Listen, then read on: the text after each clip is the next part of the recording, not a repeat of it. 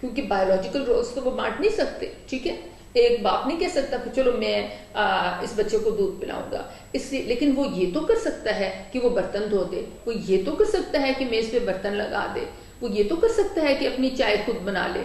تو اس طرح میں چاہتی ہوں کہ آپ کو یہ ریئلائزیشن ہو, کہ یہ احساس ہو کہ جینڈر رولز وہ ہیں جو معاشرے نے کسی کو دے دیے ہیں, اور معاشرے نے عورت کو بہت زیادہ رولز دے دیے ہیں. پہلے معاشرے نے عورت کو صرف گھریلو رولز دیے تھے, اب معاشرے نے عورت کو ایک نیا رول دے دیا ہے, اور وہ ہے کمانے کا رول. ہر بندہ کہتا ہے کہ اس کو ایسی بیوی چاہیے جو کمانے والی ہو.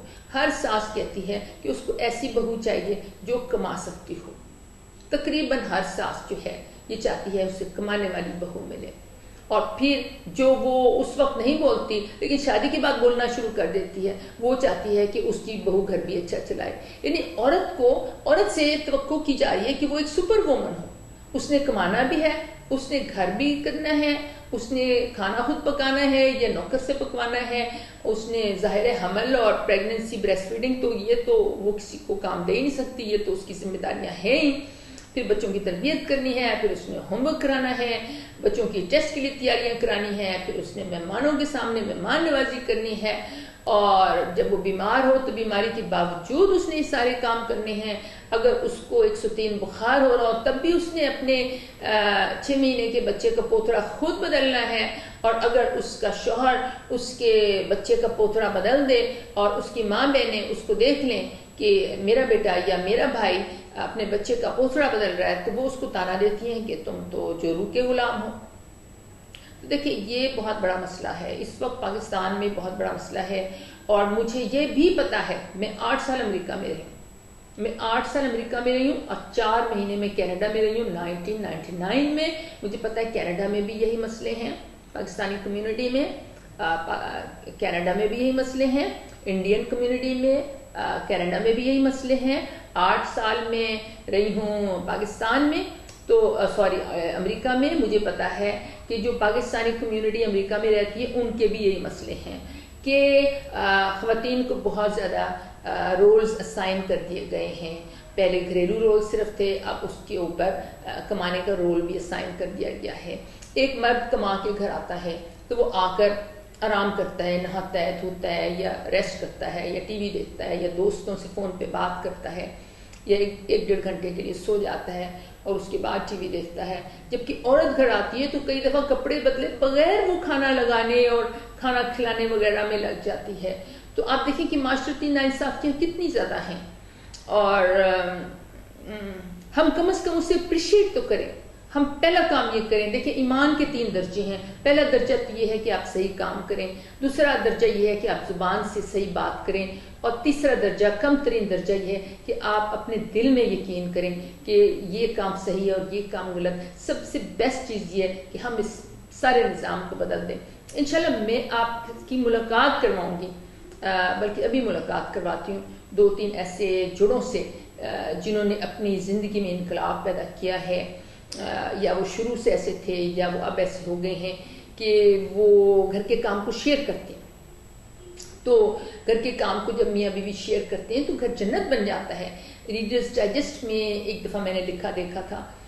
ریڈرز ڈائجسٹ آپ کو پتہ ہے بڑا مشہور رسالہ ہے, اور اس کا ایشیا ایڈیشن بھی آتا ہے. تو اس میں ایک بڑا پیارا مضمون تھا, اس میں لکھا تھا رومانس سٹارٹس ان دی کچن. یعنی میاں بیوی کی جو محبت ہوتی ہے اس کا آغاز کچن میں ہوتا ہے. جب میاں بیوی کچن میں ایک دوسرے سے تعاون کرتے ہیں, کچن میں ایک دوسرے کے کاموں میں سپورٹ کرتے ہیں, تو اس طرح میاں بیوی کی محبت بڑھتی ہے. مثلا میرے میاں اکثر اپنی چائے خود بنا لیتے ہیں اور اکثر دودھ ابال دیتے ہیں, اور انہوں نے دہی جمانا بھی سیکھا ہوا ہے. تو اگر میں دہی نہ جما سکوں تو وہ جما دیتے ہیں, اور کئی دفعہ ان کا دہی جمایا ہوا میرے سے بھی بہتر ہوتا ہے. تو میں آپ کو یہ کہنا چاہ رہی ہوں کہ یہ جو لچکدار رویے ہیں, اور یہ جو رول فلیکسیبلٹی ہے, اور یہ جو مردوں کے گھر کے کام میں شرکت ہے, یہ انتہائی ضروری ہے شادی کی کامیابی کے لیے. اگر آپ ہمسایہ ملک ایران میں جائیں تو وہاں علماء اس بات کی بہت زیادہ نشر و اشاعت کرتے ہیں کہ کیا بات یہ ہے کہ پاکستان میں لوگ سمجھتے ہیں کہ عورت پر واجب ہے، عورت کے لیے لازمی ہے، عورت کے لیے کمپلسری ہے کہ وہ گھر کی پوری ذمہ داری سنبھالے، اور یہ سب اس کی ذمہ داری ہے، اور گھر والوں کی ذمہ داری نہیں ہے کہ اس کو تھینکس بھی کہیں، اس کو اپریشیٹ بھی کریں، اس کی تعریف بھی کریں. نہیں، یہ تو سب ٹیکن فار گرانٹیڈ ہے کہ اس نے کرنا ہے، اور یہ شوہر کا حق ہے، بچوں کا حق ہے، سسرال والوں کا حق ہے. حالانکہ ان میں سے کوئی کام جو ہے ان کے حقوق میں سے نہیں ہے، نہ قرآن میں نہ سنت میں ایسی کوئی بات نہیں ہے. تو جو ہے یہ صورتحال ہے. اور اس کے باوجود خواتین پھر بھی کوشش کر رہی ہیں. یعنی میں جانتی ہوں گھریلو خواتین کو، اور میں جانتی ہوں ورکنگ ویمن کو جو ہزاروں کے حساب سے بلکہ لاکھوں کے حساب سے، میں جانتی ہوں لاکھوں ورکنگ ویمن کو اور لاکھوں گھریلو خواتین کو جو بہت زیادہ کوشش کر رہی ہیں کہ اپنے شوہروں کو، سسرالوں کو، بچوں کو خوش رکھیں. اور بہت زیادہ میں ورکنگ ویمن کو بھی جانتی ہوں جو کما کے بھی لا رہی ہیں، گھر کا کام بھی کر رہی ہیں، بچوں کے کام بھی کر رہی ہیں، اور پریگننسی، بریسٹ فیڈنگ یعنی حمل اور دودھ پلانے کی ذمہ داریاں بھی اٹھا رہی ہیں، بچوں کو ہوم ورک بھی کرا رہی ہیں. بہت سی مائیں بچوں کو پک اینڈ ڈراپ بھی دے رہی ہیں، ٹیوشن پہ بھی لے جا رہی ہیں. کچھ والد ہیں جو بچوں کو پک اینڈ ڈراپ دے رہے ہیں، لیکن بہت سی مائیں پک اینڈ ڈراپ بھی دے رہے ہیں. اتنی زیادہ ذمہ داری ہیں بہت سی عورتوں پہ. لیکن ان ساری کام کرنے کے بعد بھی عورتوں کی بھاری اکثریت یہ شکایت کرتی ہے کہ ہمیں اپریسیشن نہیں ملتی، ہمیں تعریف نہیں ملتی، ہمیں تنقید ملتی ہے. آپ یقین مانیں میں عورتوں کی فیور نہیں کر رہی ہوں. آپ شاید میرا یہ پروگرام دیکھ کر سوچیں گے کہ ڈاکٹر غزالہ موسیٰ خود خاتون ہیں، اس لیے وہ خواتین کو فیور کر رہی ہیں. ایسی کوئی بات نہیں ہے. آپ کے پاس اگر ہمت ہے تو آپ اس وقت 1000 عورتوں کو جا کے سروے کر لیں، اور جا کے پورے محلے میں 1000 عورتوں کو جا کے سروے کر لیں. 1000 عورتوں میں سے کم از کم 70 نے آپ کو یہی کہنا ہے کہ ہاں ہم اپنی ہمت سے زیادہ کام کر رہے ہیں اور ہمیں اپریسیشن نہیں مل رہی ہے، ہمیں تعریف، شاباش اور حوصلہ افزائی نہیں مل رہی ہے، بلکہ ہمیں تنقید مل رہی ہے، اور ہمیں یہی کہا جا رہا ہے اور کرو اور کرو، یہ نہیں کیا وہ نہیں کیا اور اس سے بہتر کرو. تو یہ بڑا سیریس معاملہ ہے، اس کو سالو کرنے کی ضرورت ہے. اور یہ ایک ہندوانہ معاشرہ ہے، یہ ایک اسلامی معاشرہ نہیں ہے. ہمارے ہمسایہ ملک ایران میں شوہر جو ہیں وہ بیویوں کی بہت زیادہ ہیلپ کرتے ہیں.